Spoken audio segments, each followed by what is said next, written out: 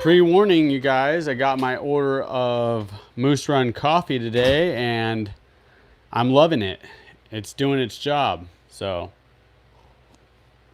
let me show you what I got.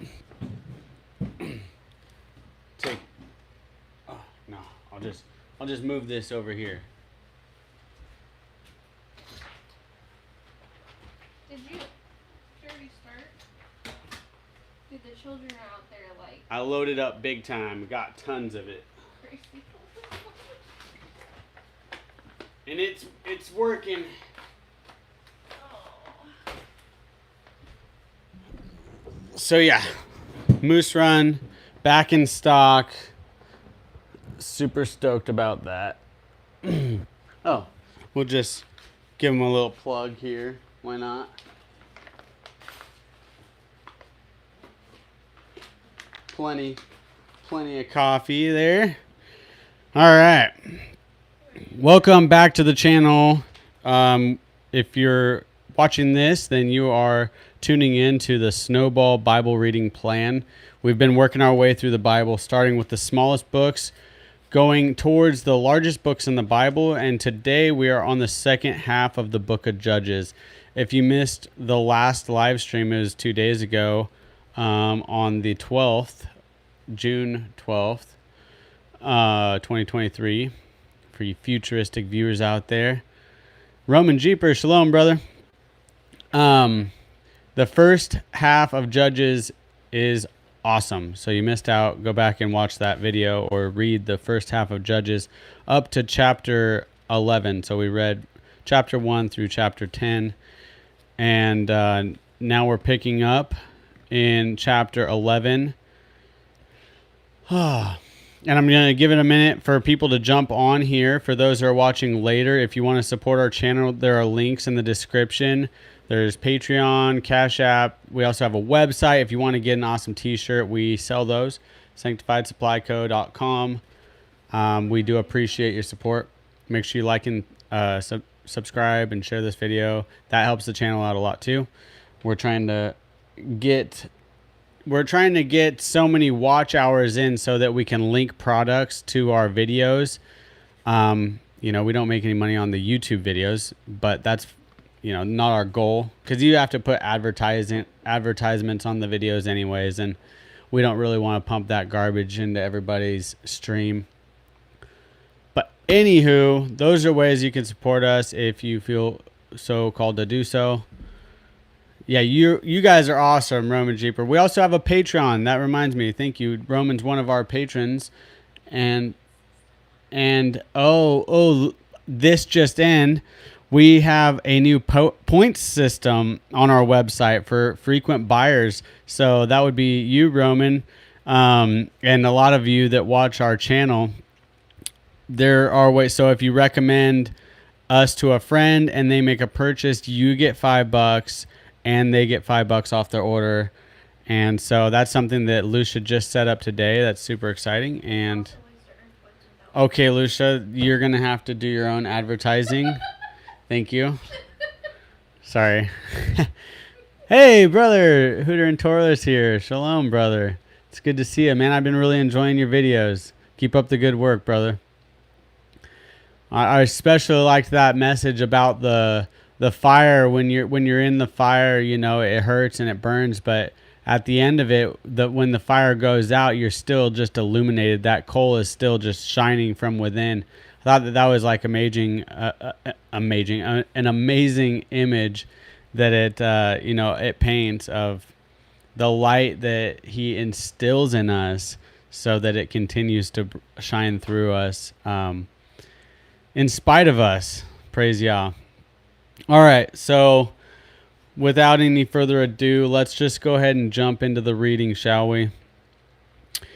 Chapter 11, if you're following along, I'm reading out of the Scriptures version of the Bible. It's called the Scriptures. I get that question a lot. What version are you reading out of? It's literally called the Scriptures, so I'm not saying that in a vague term. That's what it's called. And it on page 266 is where we're jumping in today. All right. Okay, chapter 11. And Yiftah the Gileadite was a mighty brave one, but he was the son of a whore. And Gilead brought forth Yiftah, and the wife of Gilead bore sons. And when the wife's sons grew up, they drove Yiftah out and said to him, "You shall not have you shall not have an inheritance in the house of our father, for you are the son of another woman." And Yiftah fled from his brothers and dwelt in the land of Tob. And worthless men banded together with Yiftah and went out with him. And it came to be some time later that the children of Ammon fought against Israel. And it came to be when the children of Ammon fought against Israel that the elders of Gilead went to bring Yiftah out of the land of Tob. And they said to Yiftah, "Come, and you come and you shall be our commander, and let us fight against the children of Ammon." But Yiftah said to the elders of Gilead, Do you not hate me and drive me from my father's house? Why have you come to me now when you're in trouble? And the elders of Gilead said to Yiftah, "That is the reason we have turned to you, that you shall go with us and fight against the children of Ammon, and be our head over all the inhabitants of Gilead." And Yiftah said to the elders of Gilead, "If you take me back home to fight against the children of Ammon, and Yahweh gives them to me, am I to be your head?" And the elders of Gilead said to Yiftah, "Yahweh is witness between us, if we do not do according to your words." Then Yiftah went with the elders of Gilead, and the people set him over them as head and commander. And Yiftah spoke all his words before Yahweh in Mizpah. And Yiftah sent messengers to the sovereign of the children of Ammon, saying, What is between you and me, that you have come to fight against me in my land?"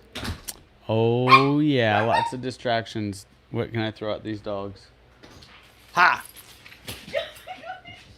I've got more where that came from. We're going on the ATV thing. I know, I just wanted to have some ammo so I can shut them dogs down. Sorry about that, guys. Verse 13, chapter 11. And the sovereign of the children of Ammon said to the messenger of Yiftah, "Because Israel took my land when they came up out of Mitzrayim from the Arnon as far as the Yabok and to the Jordan, and now give back those lands in peace."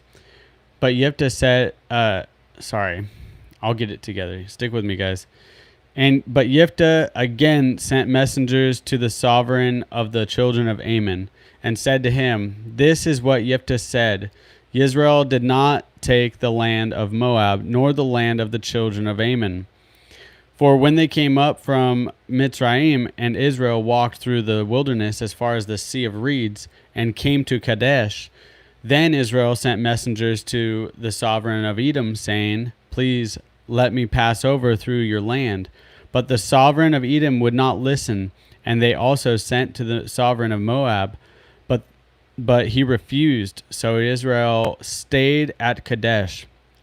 Then they went through the wilderness and around the land of Edom and the land of Moab, and came to the east side of the land of Moab, and encamped beyond Arnon. But they did not enter the border of Moab, for Arnon was the border of Moab. And Israel sent messengers to Sihon, sovereign of the Amorites, sovereign of Heshbon, and Israel said to him, Please let us pass over through your land into your place. But Sihon did not trust Israel to pass over through his border. And Sihon gathered all his people together, and they encamped in Yahatz and fought against Israel. And Yahweh Elohim of Israel gave Sihon and all his people into the hand of Israel, and they struck them. So Israel took possession of the land of the Amorites and the Amorites, the inhabitants of that land. Thus they took possession of all the border of the Amorites, from Arnon to the Yabok, and from the wilderness to the Yarden. And now Yahweh Elohim of Israel has driven out the Amorites from before his people Israel. Should you then possess it? Whatever Chemosh, your mighty one, gives you to possess, do you not possess it? And all that which Yahweh our Elohim takes possession of before us, we possess. And now, are you any better than Balak, son of Zippor, sovereign of Moab? Did he ever strive against Israel? Did he ever fight against them? While Israel dwelt in Heshbon and its villages, and in Aroer and its villages, and in all the cities along the banks of Arnon, for 300 years, why did you not recover them within that time? So I have not sinned against you, but you are doing me evil by fighting against me. Let Yahweh the judge today between the children of Israel and the children of Ammon. But the sovereign of the children of Ammon did not listen to the words which Jephthah sent him. And the spirit of Yahweh came upon Jephthah, and he passed through Gilead and Manasseh, and passed through Mizpah of Gilead, and from Mizpah to Gilead he passed on toward the children of Ammon. And Yitzpah made a vow to Yahweh, and said, if you give the children of Ammon into my hands, then it shall be that whatever comes out of the doors of my house to meet me, when I return in peace from the children of Ammon, shall belong to Yahweh, and I shall offer it up as an ascending offering. Jephthah then passed on toward the children of Ammon to fight against them, and Yahweh gave them into his hands. And he struck them from Aroer as far as Minnith, 20 cities, and to Abel Keramim with a very great slaughter. Thus the children of Ammon were humbled before the children of Israel. And Jephthah came to his house at Mizpah and saw his daughter coming out to meet him with timbrels and dancing. Now except for her he had neither son nor daughter. And it came to be, when he saw her, that he tore his garment and said, O my daughter, you have brought me very low, and you are among those who trouble me. And I have given my word to Yahweh, and I am unable to turn back. Oh man, he's got to give his daughter. I don't even know if Yahweh would like that. And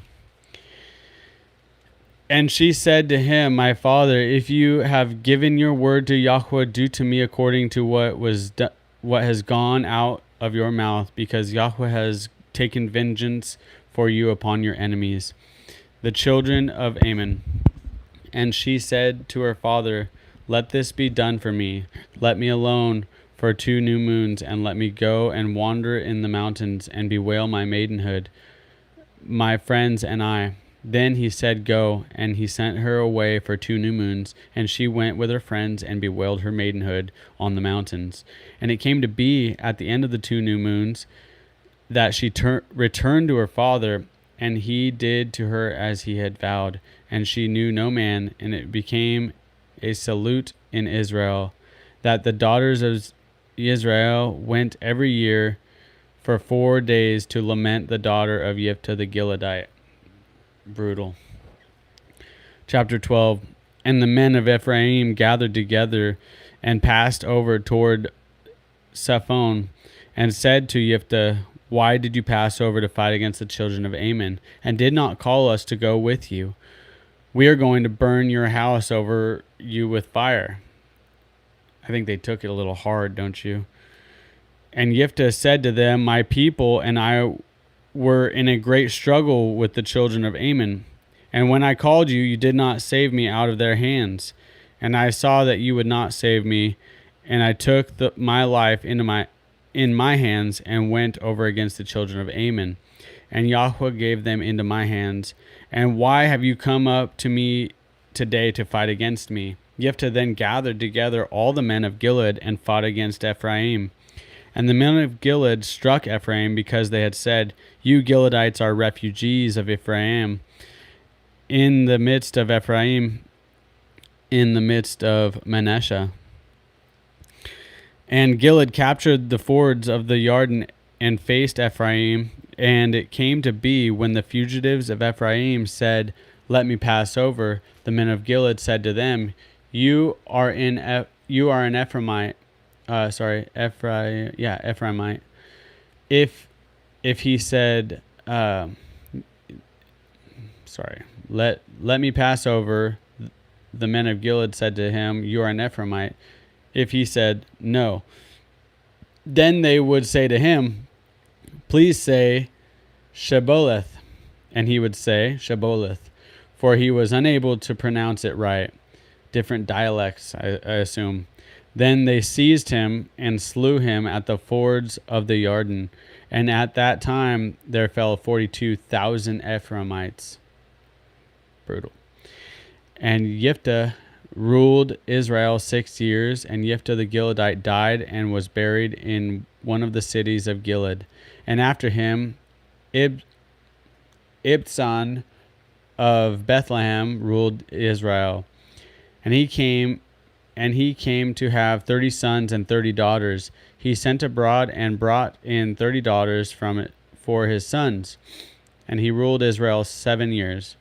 And Ibzan died and was buried at Bethlehem. And after him, Elon the Zebulunite ruled Israel, and he ruled Israel 10 years. And Elon the Zebulunite died and was buried at Aelon in the land of Zebulun. And after him, Abdon, son of Hillel, the Parathonite, ruled Israel. And he had 40 sons and 30 grandsons, who rode on 70 young donkeys, and he ruled Israel 8 years. And Abdon, son of Hillel, the Parathonite, died and was buried in Parathon in the land of Ephraim, in the mountains of the Amalekites. Chapter 13. And again the children of Israel did evil in the eyes of Yahweh, so Yahweh gave them into the hand of the Philistines for 40 years. And there was a certain man from Zorah of the clan of the Danites, whose name was Manoah, and his wife was barren and had not borne. And a messenger of Yahweh appeared to the woman and said to her, "See now, you are barren, and you have not borne. But you shall conceive, and you shall bear a son. And now, please guard and do not drink wine or strong drink, and do not eat any unclean food. For look, you are conceiving and bearing a son, and let no razor come upon his head." You guys know who this is, right? "For the youth is a Nazarite to Elohim from the womb on, and he shall begin to save Israel out of the hand of the Philistines." And the woman came and spoke to her husband, saying, "A man of Elohim came to me, and his appearance was like the appearance of a messenger of Elohim, very awesome. But I did not ask him where he was from, and he did not declare to me his name. And he said to me, See, you are conceiving and bearing a son, and now drink no wine or strong drink, nor eat any unclean food, for the youth is a Nazarite to Elohim from the womb to this day of his death, to the day of his death." And Manoah prayed to Yahweh and said, "O Yahweh, please let the man of Elohim, whom you sent, come to us again and teach us what to do for the youth who is to be born." And Elohim listened to the voice of Manoah, and the messenger of Elohim came to the woman again as she was sitting in the field. There was a bug. Where was I? In the field. But Manoah, her husband, was not with her. And the woman ran hurriedly and informed her husband and said to him, "See, he has appeared to me, the man who came to me the other day." And Manoah rose and went after his wife and came to the man and said to him, "Are you the man who spoke to this woman?" And he said, "I am." And Manoah said, "Now let your words come true. What is to be the rule? What is to be the rule for the youth's life and his work?" And the messenger of Yahweh said to Manoah, "Let the woman guard all that I said to her. Let her not eat any food that comes from the vine, neither let her drink wine or strong drink, or eat any unclean food. Let her guard all that which I have commanded her." And Manoah said to the messenger of Yahweh, "Please let us detain you and prepare a young goat for you." And the messenger of Yahweh said to Manoah, "Though you detain me, I do not eat your food. But if you offer an ascending offering, offer it to Yahweh." For Manoah did not know he was a messenger of Yahweh. Then Manoah said to the messenger of Yahweh, "What is your name? When your words come true, then we shall esteem you." And the messenger of Yahweh said to him, "Why do you ask me my name, since it is wondrous?" And Manoah took the young goat with a grain offering and offered it upon the rock to Yahweh. And he did wondrously while Manoah and his wife looked on. I wonder what that means. And he did wondrously while Manoah and his wife looked on. The angel of the Lord, apparently. Anyways. Verse 20. And it came to be, as the flame went up toward the heavens from the slaughter place, that the messenger of Yahweh went up in the flame of the slaughter place. And Manoah and his wife were watching. And they fell on their faces to the ground. That might be the thing he did wondrously, or part of it. And the messenger of Yahweh did not appear any more to Manoah and his wife. Then Manoah knew that he was a messenger of Yahweh. And Manoah said to his wife, "We shall certainly die because we have seen Elohim."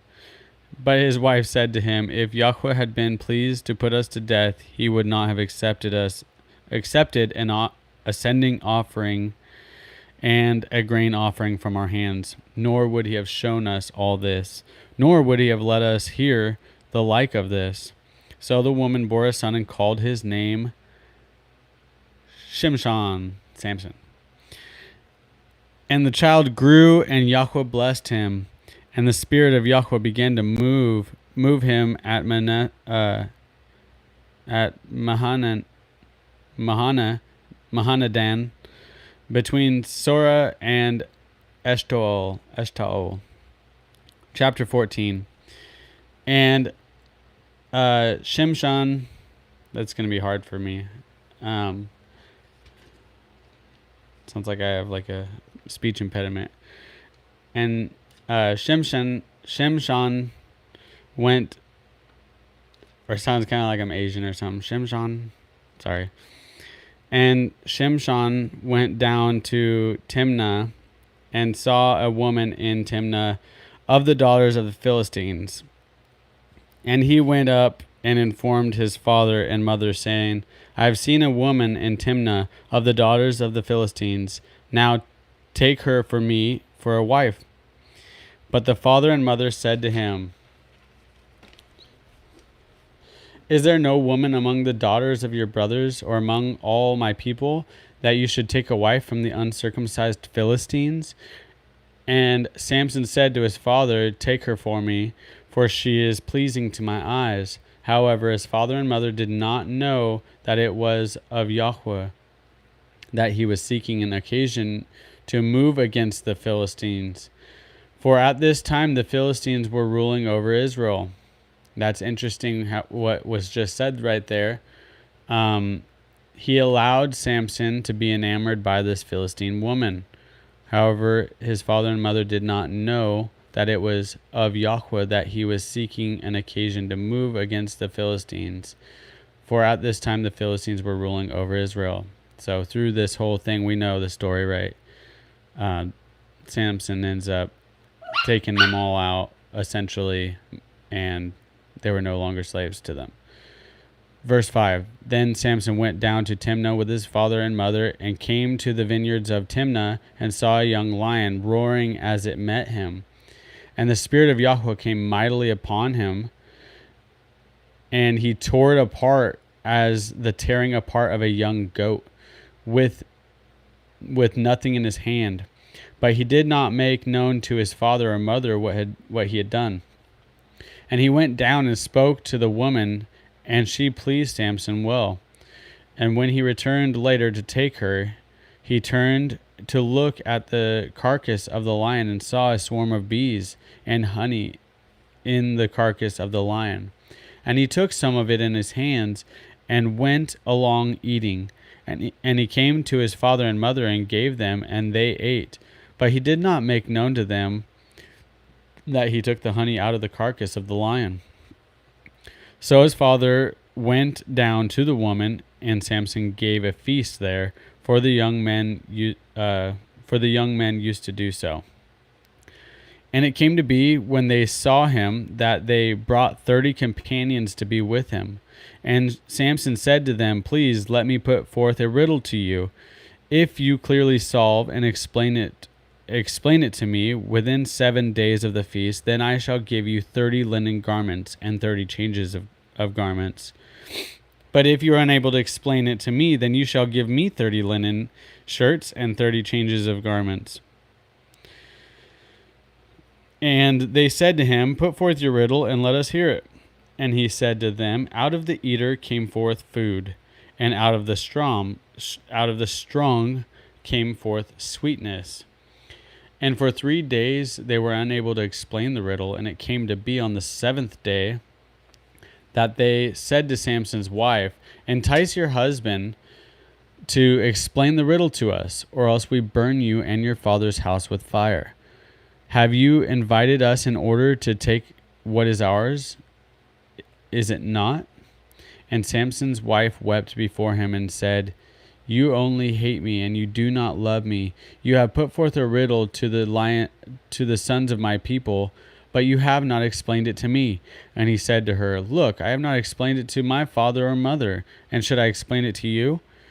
And she had wept before him the 7 days while the feast lasted. It came to be on the 7th day that he informed her, because she pressed him so much. She then explained the riddle to the sons of her people. And the men of the city said to him on the 7th day before the sun went down, "What is sweeter than honey, and what is stronger than a lion?" And he said to them, "If you had not plowed with my heifer, you would have not solved my riddle."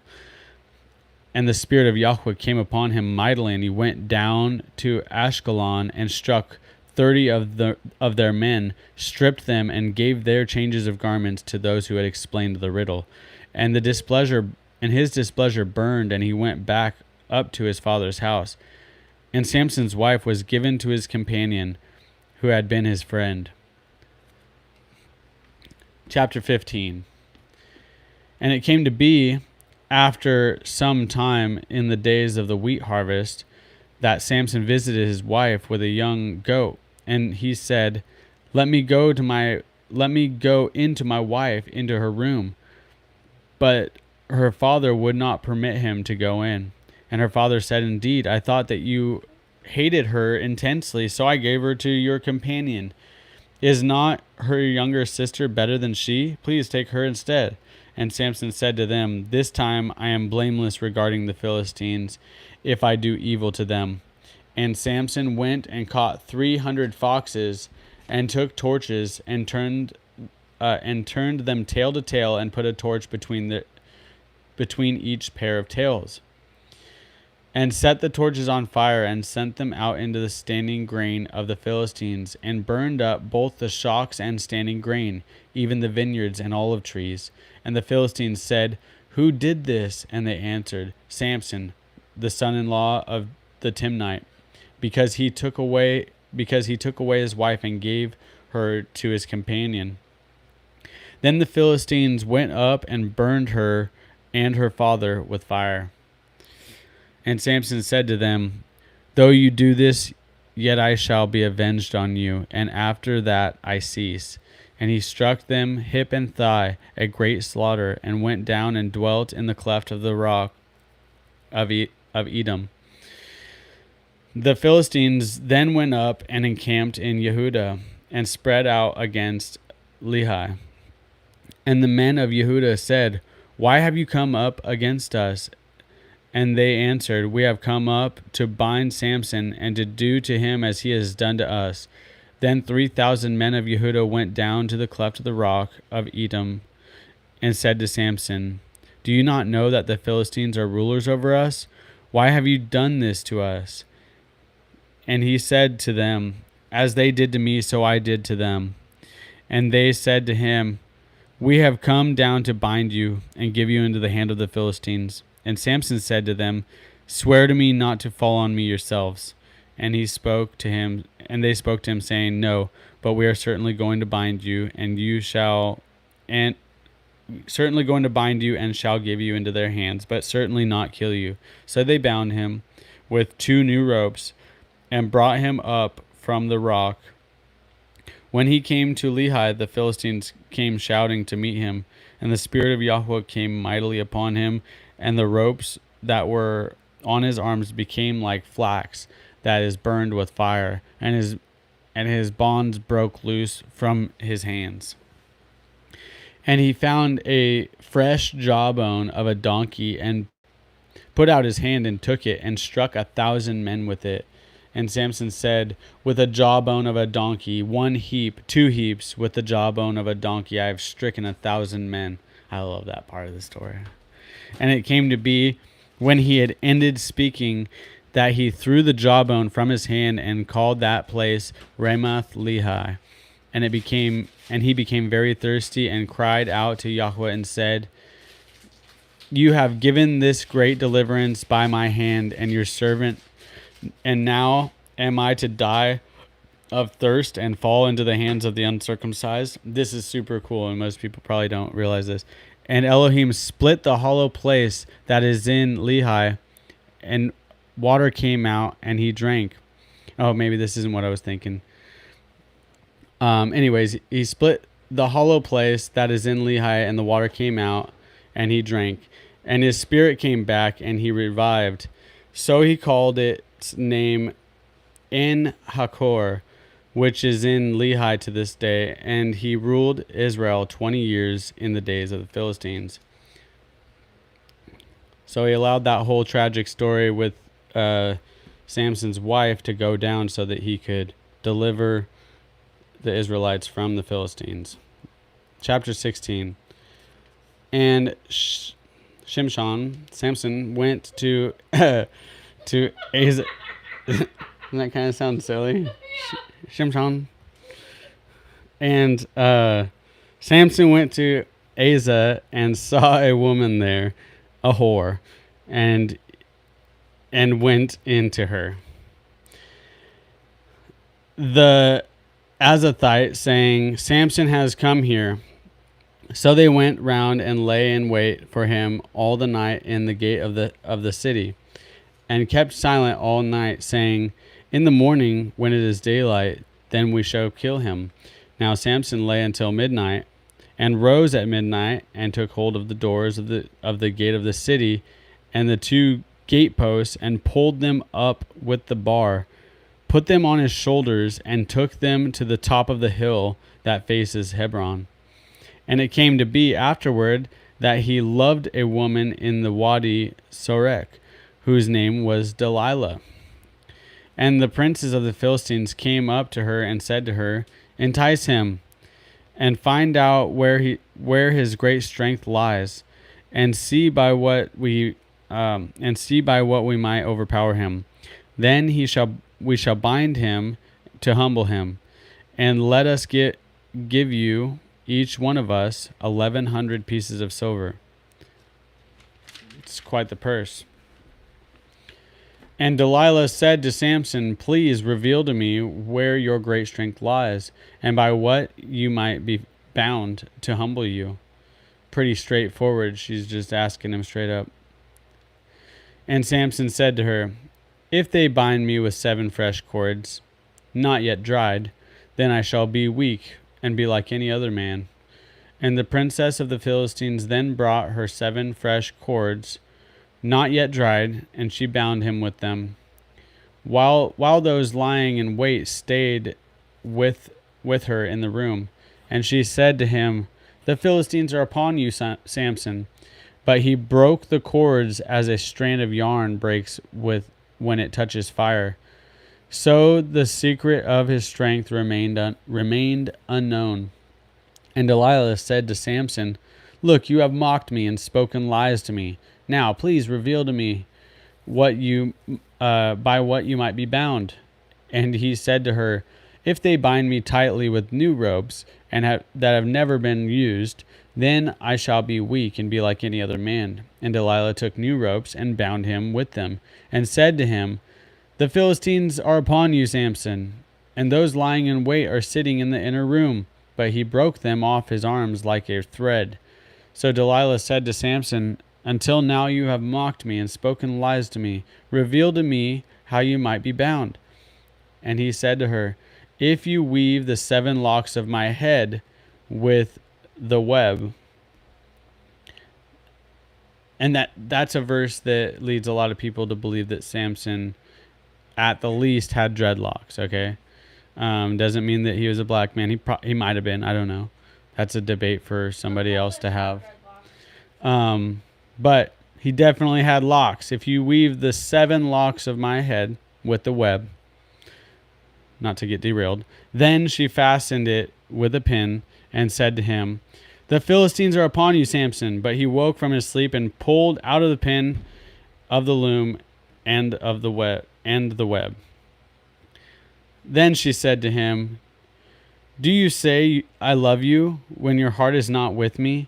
You have mocked me these 3 times, and you have not made known to me where your great strength lies." And it came to be when she pressed him daily with her words and urged him so that his being was wearied to death, that he made known to her all his heart, and said to her, "No razor has ever come upon my head, for I have been a Nazarite to Elohim from my mother's womb. And if I were shaven, then my strength would leave me, and I would become as weak as any other man." And Delilah saw that he had made known to her all his heart, and she sent and called for the princes of the Philistines, saying, "Come up once more, for he has made known to me all his heart." So the princes of the Philistines came up to her and brought the silver in their hand. And she made him sleep on her knees and called for a man and shaved off the 7 locks of his head. Thus she began to humble him, and his strength left him.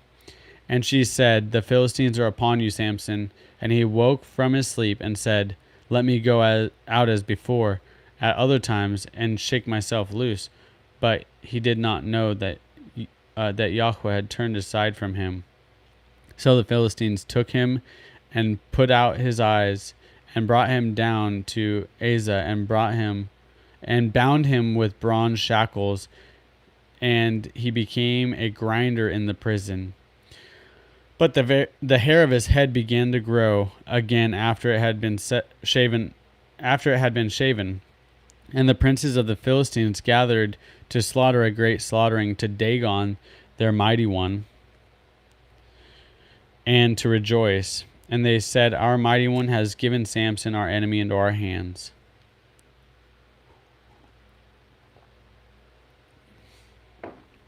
And the people saw him and praised their mighty ones. For they said, "Our mighty one has given into our hands our enemy, the destroyer of our land, who slew many of us." And it came to be, when the hearts were glad, that they said, "Call for Samson and let him entertain us." So they called for Samson from the prison, and he entertained them. And they made him stand between the columns. And Samson said to the young man that might be a typo.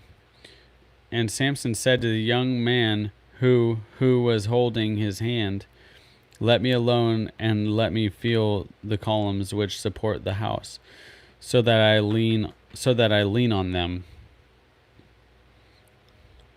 Out of curiosity, let me know if your guys' Bible says "who" twice in verse 26 of chapter 16.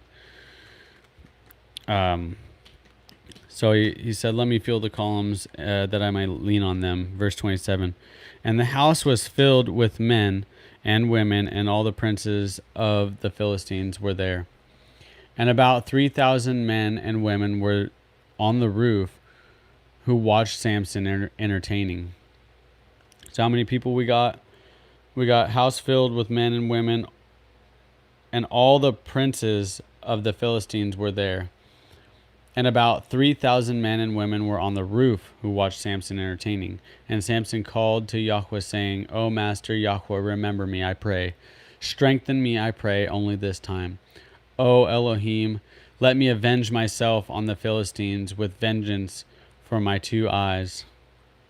And Samson took hold of the 2 middle columns which supported the house, and he braced himself against them, one on his right and the other on his left. And Samson said, let me die with the Philistines. And he bowed himself mightily, and the house fell on the Philistines and all the people in it.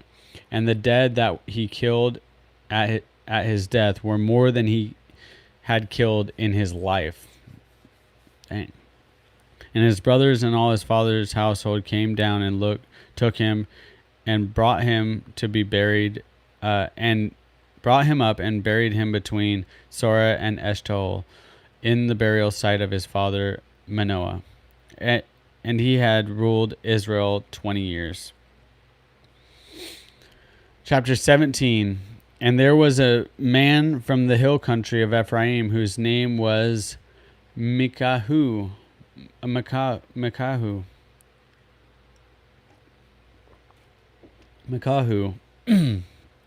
And he said to his mother, the 1,100 pieces of silver that were taken from you, and on which you put a curse. I thought it was 1,100 pieces of silver from each one of those princes. But anyways, and there was a man from the hill country of Ephraim whose name was Mikahu.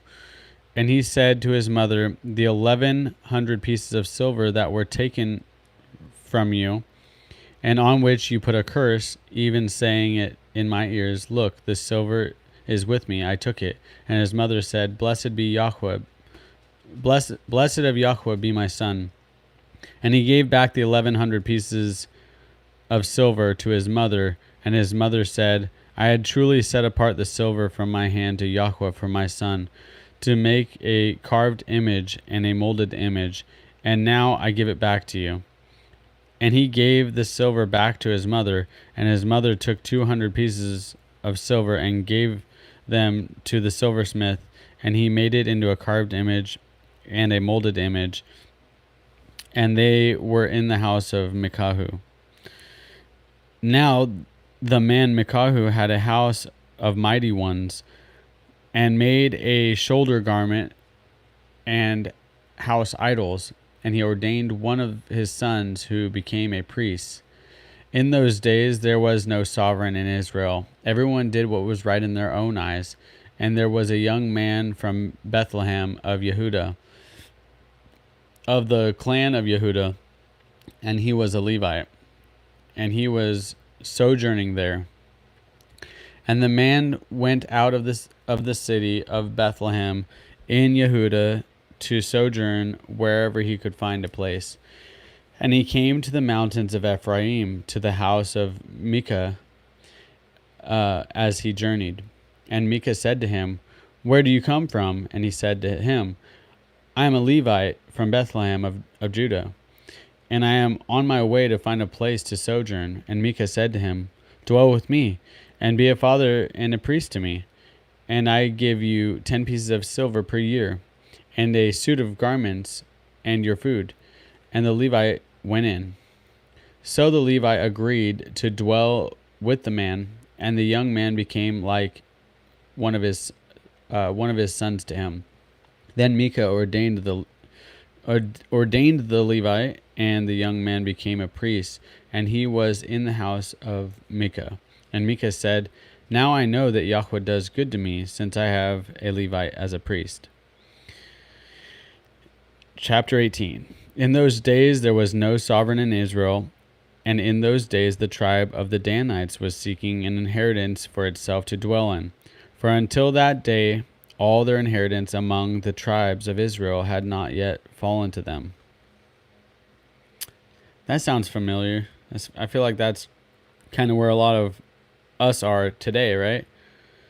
There was no sovereign, there was no king over Israel, and in those days, the tribe of the Danites, or whatever tribe we're from, was seeking an inheritance for itself to dwell in. For until that day, all their inheritance among the tribes of Israel had not yet fallen to them. And the children of Dan sent 5 men of their clan, brave men from Zorah and Eshtaol, to spy out the land and search it. And they said to them, "Go, search the land." And they went to the mountains of Ephraim, to the house of Micah, and spent the night there. When they were near the house of Micah, they recognized the voice of the young Levite, and turned aside and said to him, "Who brought you here? What are you doing in this place? And what do you have here?" And he said to them, "Micah did such and such for me, and he hired me, and I have become a priest."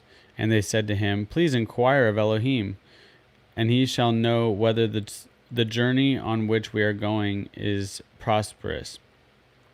And the priest said to them, "Go in peace, your journey on which you go is before Yahweh." Then the 5 men left and came to Laish, and saw the people who were in the midst, how they dwelt safely according to the ruling of the Sidonians, at rest and unsuspecting, and no one possessing authority in the land was reproaching for any matter. And they were far from the Sidonians, and they had no word with anyone. And the spies came back to their brothers at Seir and Eshtaol, and their brother said to them, "What do you say?" And they said, "Arise, and let us go up against them, for we have seen the land, and look, it is very good. And you sit still.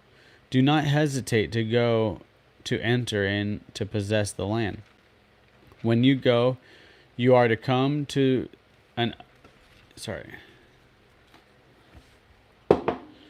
When you go, you are to come to an unsuspecting people, and the land is spacious. For Elohim has given it into your hands, a place in which there is no lack of any matter which is on the earth." And 600 men of the clan of the Danites went from there, from Zorah and Eshtaol, armed for battle.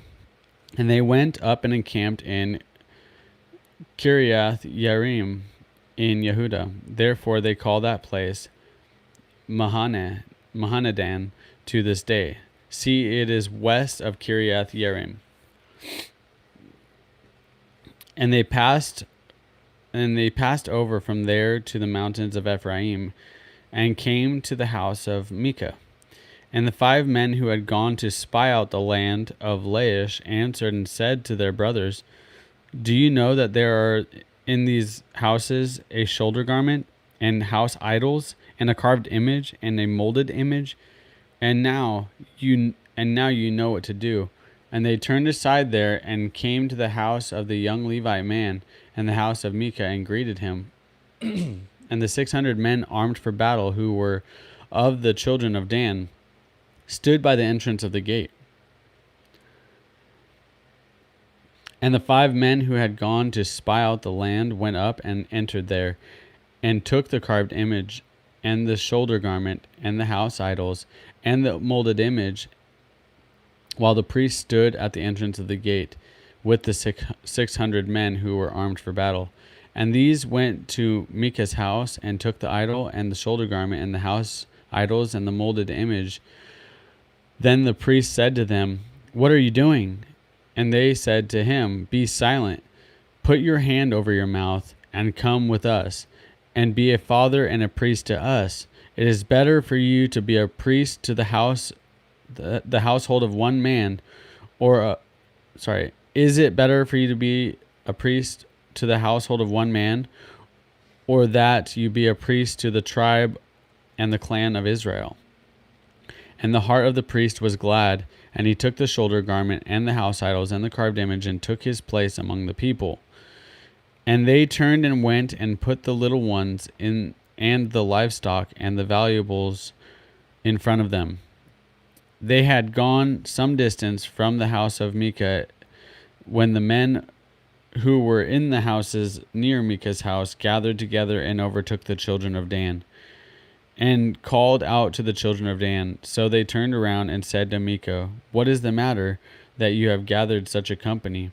And he said, "You have taken away my mighty ones, which I made, and the priest, and you are leaving.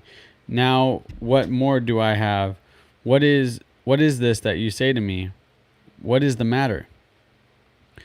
And the children of Dan said to him, Do not let your voice be heard among us, lest men bitter of being fall upon you, and you lose your life, with the lives of your household. And the children of Dan went their way.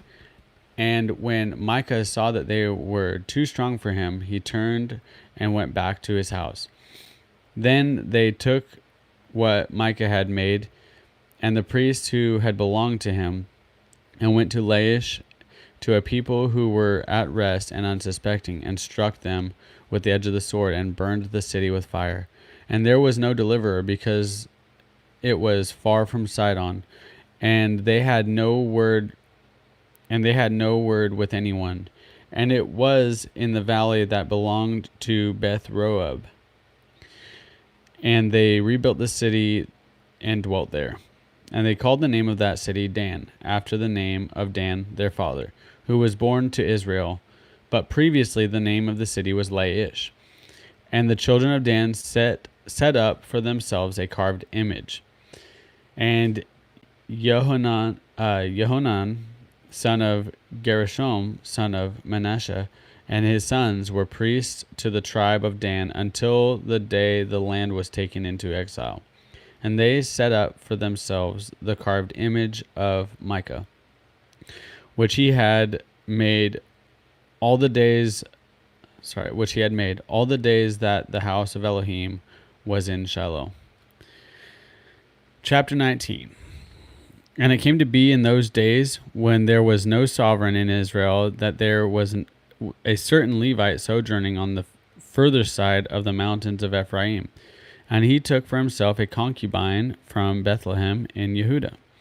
And his concubine committed whoring against him, and went away from him to her father's house at Bethlehem in Yehudah, and was there 4 new moons of days. And her husband arose and went after her to speak to her heart, and bring her back, having his servant and a couple of donkeys with him. And she brought him into her father's house. And the father of the young woman saw him, and he was glad to meet him. And his father-in-law, the young woman's father, took hold of him, and he dwelt with them 3 days. And they ate and drank and spent the nights there. And it came to be on the 4th day that they arose early in the morning, and he prepared to leave. But the young woman's father said to his son-in-law, "Refresh your heart with a piece of bread, and afterward go your way." So they sat down, and the two of them ate and drank together. And the young woman's father said to the man, "Please agree to stay all night, and let your heart be glad." And when the man arose to go, his father-in-law urged him. So he spent the night there again. And he arose early in the morning on the 5th day to go. But the young woman's father said, "Please refresh your heart." So they delayed until afternoon, and both of them ate. And the man arose to go, he and his concubine and his servant. But his father-in-law, the young woman's father, said to him, "See, the day is now drawing toward evening. Please spend the night. See, the day is coming to an end. Stay here, and let your heart be glad. And you shall rise early tomorrow for your journey, and you shall go to your tent."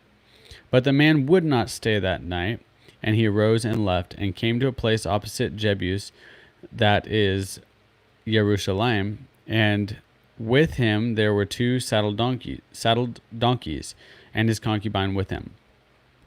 They were near Jebus, and the day was far spent.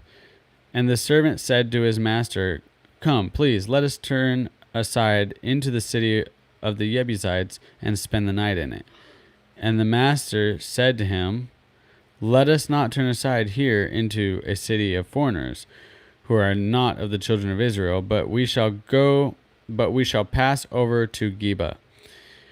And he said to his servant, Come, let us draw near to one of these places, and spend the night in Geba, or in Ramah. And they passed over and went their way. And the sun went down on them near Geba, which belonged to Benjamin. And they turned off there to go and to spend the night in Geba. So he went in, and he sat down in the open square of the city, for no one would take them into his house to spend the night. But see, an old man came in from his work in the field at evening, who also was from the mountains of Ephraim, and he was sojourning in Geba, whereas the men of the place were Benjamites. No, I don't think it is. And when he lifted up his eyes, he saw the traveler in the open square of the city, and the old man said, Where are you going, and where do you come from? And he said to him, We are passing over from Bethlehem to in Yehuda to the other side of the mountains of Ephraim. I am from there, and I went to Bethlehem in Yehuda, and I am going to the house of Yahweh. But there is no one taking me into his house. Yet there is both straw and fodder for our donkeys, and bread and wine for myself, and for your female servant, and for the young man who is with your servant.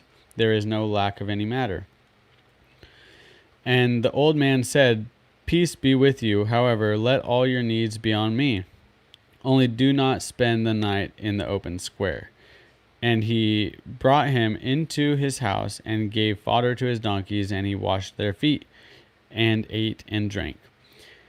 And they were making their hearts glad, and see, men of the city, sons of Belial, surrounded the house, beating on the door. Yeah, this is a terrible story.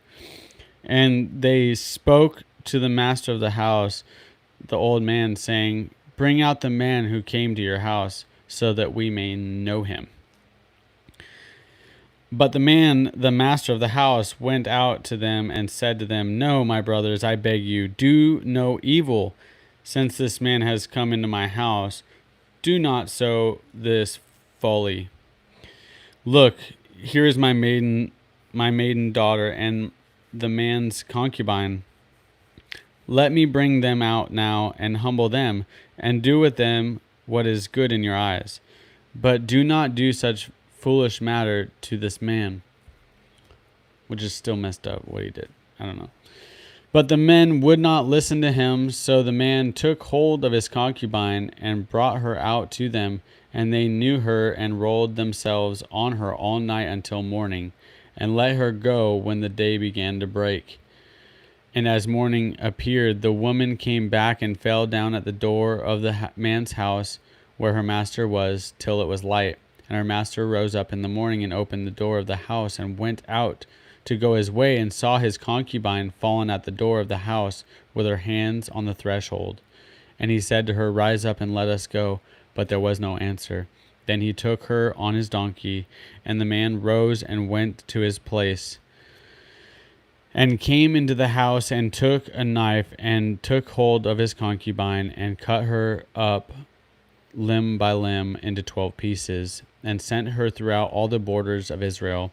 And it came to be that all who saw it said, There has never been, and there has not been seen the likes of this from the day of the children of Israel came up from the land of Mitzrayim until this day. Set your heart on it, take counsel, and speak up.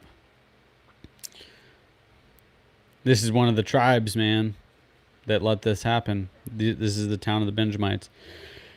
Chapter 20. And all the children of Israel came out from Dan to Beersheba, from the land of Gilead, and the congregation assembled as one man before Yahweh at Mizpah.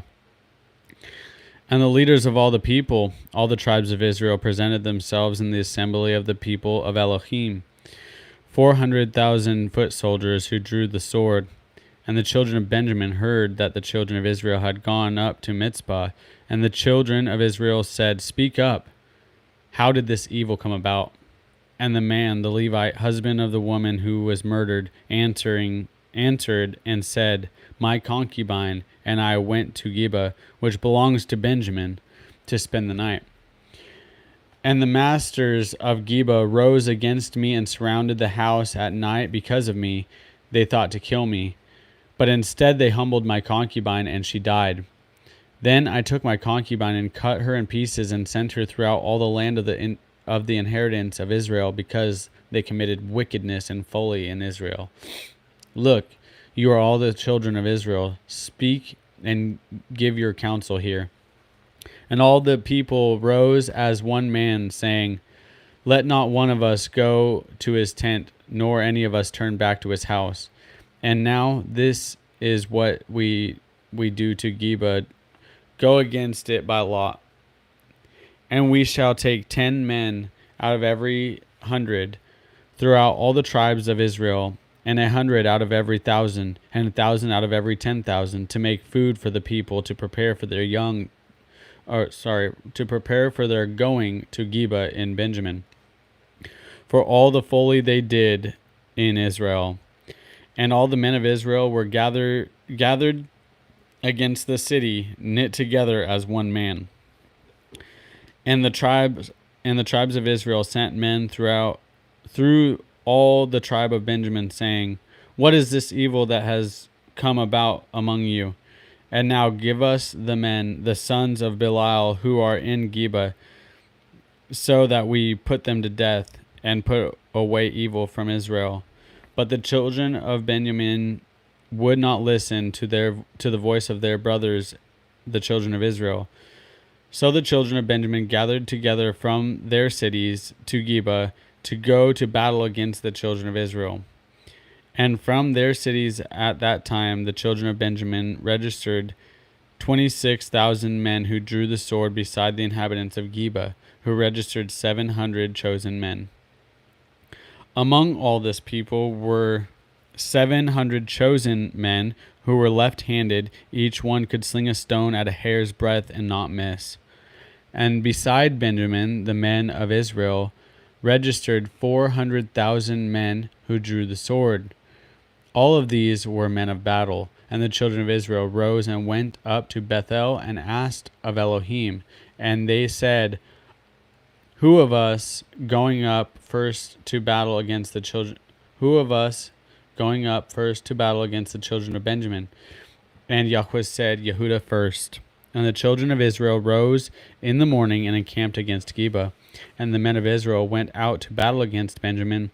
And the men of Israel put themselves in battle array to fight against them at Geba. And the children of Benjamin came out of Geba, and on that day cut down to the ground 22,000 men of Israel. But the children of but the people, the men of Israel, strengthened themselves and again formed the battle line at the place where they had put themselves in array on the first day. And the children of Israel went up and wept before Yahweh until evening, and asked of Yahweh, saying, "Should I again draw near for battle against the children of my brother Benjamin?" And Yahweh said, "Go up against him." And the children of Israel drew near to the children of Benjamin on the second day. And Benjamin went out against them from Geba on the second day, and cut down to the ground 18,000 more of the children of Israel. All these drew the sword. And all the children of Israel, even all the people, went up and came to Bethel and wept, and sat there before Yahweh, and fasted that day until evening. And they offered ascending offerings and peace offerings before Yahweh. And the children of Israel asked of Yahweh. The ark of the covenant of Elohim was there in those days, and Phinehas, son of Eleazar, son of Aharon, stood before it in those days, saying, "Should I yet again go out to battle against the children of my brother Benjamin, or should I cease?" And Yahweh said, "Go up, for tomorrow I give them into your hand." They've already lost, 40,000 men? Yeah, it's not looking good. And Israel Yahweh said, tomorrow I give them into your hand. And that's, Yah's good. He keeps his word. And Israel set ambushers all around Geba, and the children of Israel went up against the children of Benjamin on the third day and put themselves in battle array against Geba, as at other times. And the children of Benjamin came out to meet the people, drawn away from the city, and they began to strike some of the people, slaying as at the other times in the highways, of which one went up to Bethel. To Bethel, and the other to Geba in the battle, about 30 men of Israel. And the children of Benjamin said, they are going to be smitten before us, as previously. But the children of Israel said, let us flee and draw them away from the city to the highways. And all the men of Israel rose from their place and put themselves in battle array at Baal Tamar. And the ambush of Israel broke forth from the position of Ma'ara Geba, and 10,000 chosen men from all Israel came against Geba in the battle, and the battle was fierce. But they did not know that calamity was close to them. And Yahweh smote Benjamin before Israel, and the children of Israel destroyed 25,100 men on that day in Benjamin, all those who drew the sword. And the children of Benjamin saw that they were smitten, and the men of Israel had given ground to the Benjamites, because they trusted in the ambush that they had set against Geba. And the ambush hurried and came against Geba, and the ambush spread out and struck the entire city with the edge of the sword. And the appointed signal between the men of Israel and the ambush was that they would make a great cloud of smoke rise up from the city. Then the men of Israel would turn in battle, and Benjamin began to strike dead about 30 men of Israel. For they said, they are indeed smitten before us, as at the first battle. Then the cloud began to rise up from the city in the column of smoke, and the Benjamites looked behind and saw the entire city going up in smoke to the heavens. And when the men of Israel turned back, the men of Benjamin were troubled. So they just realized that they'd been had, they'd been duped. And they're like, oh crap. And when the men of Israel turned back, and the men of Benjamin were troubled, for they saw that calamity was close to them. They saw the smoke, and then they saw Israel turn around, coming back at them, and they were like, uh-oh.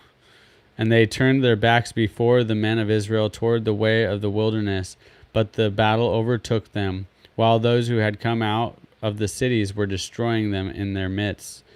They surrounded the Benjamites and pursued them, and with ease trampled them down as far as the front of Geba toward the east. And there fell of Benjamin 18,000 men. All of these were mighty men. And they turned and fled toward the wilderness to the rock of Rimmon. And they cut down 5,000 of them on the highways, and followed after them up to Gidom, and struck 2,000 of them. And all who fell of Benjamin that day were 25,000 men who drew the sword. All of these were mighty men. But 600 men turned and fled toward the wilderness to the rock of Rimmon. And they dwelt at the rock of Rimmon for 4 new moons. And the men of Israel turned back against the children of Benjamin, and struck them with the edge of the sword. From every city, men and beast, all who were found. And they set fire to all the cities they came to. Chapter 21. And the men of Israel had sworn an oath at Mitzpah, saying, not one of us shall give his daughter to Benjamin as a wife. So the people came to Bethel and sat there until evening before Elohim, and lifted up their voices and wept bitterly, and said, O Yahweh Elohim of Israel, why has this come about in Israel, that today there should be one tribe missing in Israel? And it came to be on the morrow that the people rose up early and built a slaughter place there, and brought ascending offerings and peace offerings. And the children of Israel said, who is there among the tribes of Israel who did not come up with the assembly to Yahweh? For they had made a great oath concerning anyone who had not come up to Yahweh at Mitzpah, saying, he shall certainly be put to death. And the children of Israel were sorry for Benjamin their brother, and said, one tribe is cut off from Israel today. What do we do for wives for those who remain, seeing we have sworn to Yahweh not to give them our daughters as wives? And they said, which one of the tribes of Israel did not come up to Mitzpah to Yahweh? And see, no one had come up to the camp from Yabesh Gilead to the assembly. For when the people called a roll, see, not one of the inhabitants of Yabesh Gilead were there. And the congregation sent out there 12,000 of their bravest men, and commanded them, saying, go, and you shall strike the inhabitants of Yabesh Gilead with the edge of the sword, even the women and children. And this is what you do. Put under the ban every male, and every woman who has known a man by lying with him. And they found among the inhabitants of Yabesh Gilead 400 young maidens who had not known a man, and they brought them to the camp of Shiloh, which is in the land of Canaan. Then all the congregation sent and spoke to the children of Benjamin, who were at the rock of Rimmon, and proclaimed peace to them. And Benjamin turned back at that time, and they gave them the women who they had saved alive of the women of Yabesh Gilead. And even so, there were not enough for them, and the people were sorry for Benjamin, because Yahweh had made a breach in the tribes of Israel. And the elders of the congregation said, what do we do for wives for those who remain, since the women have been destroyed out of Benjamin? And they said, there is an inheritance for the survivors of Benjamin, and no tribe is to be destroyed from Israel. But we are unable to give them wives from their daughters, for the children of Israel have sworn an oath, saying, cursed be the one who gives a wife to Benjamin. And they said, see, there is a yearly festival of Yahweh in Shiloh, which is north of Bethel, on the east side of the highway that goes up from Bethel to Shechem, and south of Lebanon. And they commanded the children of Benjamin, saying, go, lie in wait in the vineyards, and watch, and see, when the daughters of Shiloh come out to perform their dances, then you shall come out from the vineyards, every man catch a wife for himself from the daughters of Shiloh, and go to the land of Benjamin. And it shall be, when their fathers or their brothers come to us to complain, that we shall say to him, favor us with them, because we did not take a wife for any of them in battle, neither have you given them to them, making yourselves guilty of your oath. And the children of Benjamin did so, and took enough wives for their number from those who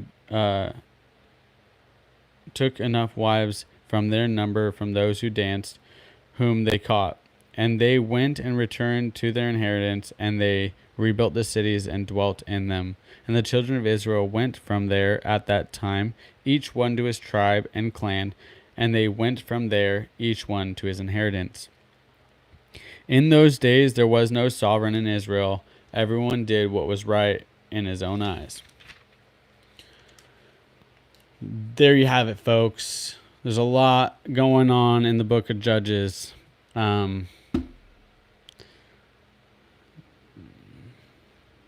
Sounds like 7 brides for 7 brothers. I don't know. Yeah, there's a lot, I'll be honest, in that last chapter in this last story in general, that's like hard for me to understand. You know, the whole, like, I don't know, a lot of it's beyond my I don't know, like the whole story of going into the town of the Benjamites, and then they come in to try to take the dude, and he's like, no, take the girl. I don't know. I don't like it. To be completely honest, I don't like it at all. But I don't think we're supposed to like these type of stories. But this is real history. This really happened. This is what happened within the tribes of Israel. Over and over and over again, we're seeing that people were messed up, even though they were of the bloodline of Jacob. They were way off. Yeah. That story is just like every time I've read that like 3 times, and every time it like doesn't get any easier. Yeah, it's brutal. Oh. It makes you want to slap a Benjamite. It makes you want to slap a Benjamite. Honey, you want to hang out, or are you good? Our child is up at the neighbor's house and it's dark. We should go get him. Yeah. I don't want to go up there by myself. Well, who we got in the chat? I want to hang out now. If you guys want to hang out a little bit. Unless she wants me to go get my son. I'm good. Okay, so hey. Let's see. Hooter and Torah, are you still here? Hooter and Torah. Calling Hooter and Torah. Are you still in the chat, my brother? So, is Matthew in there? This is what happens when people do what's right in their own eyes. Thank goodness for Torah. Right? Yeah, he gives us his instructions for righteousness. We don't have to guess what makes him happy and what doesn't. He wrote it down, and he let us know. Remember when I was like, man, I really want sorbet. I don't know if anybody remembers that, but I remember it. And I was like, I really want lemon strawberry sorbet. We went to Costco, and I was like, sorbet. And so I grabbed it, right? These little sorbets come in like lemons. They come in orange, like an actual like orange slice hollowed out. They come in coconuts. They're amazing. Grab one up and show them. They're awesome. I ate all the ones that are in the house. The rest are in the deep freezer. But look, this is the little... See, it like comes in like a little dish? Yeah, the coconut sorbet comes in a coconut shell. Yeah, and then like the lemon strawberry one comes in a lemon, and it's really cool. Hooter and Torah left. It was the sorbet talk. Well, anyways, you guys, Hooter and Torah has a YouTube channel also, and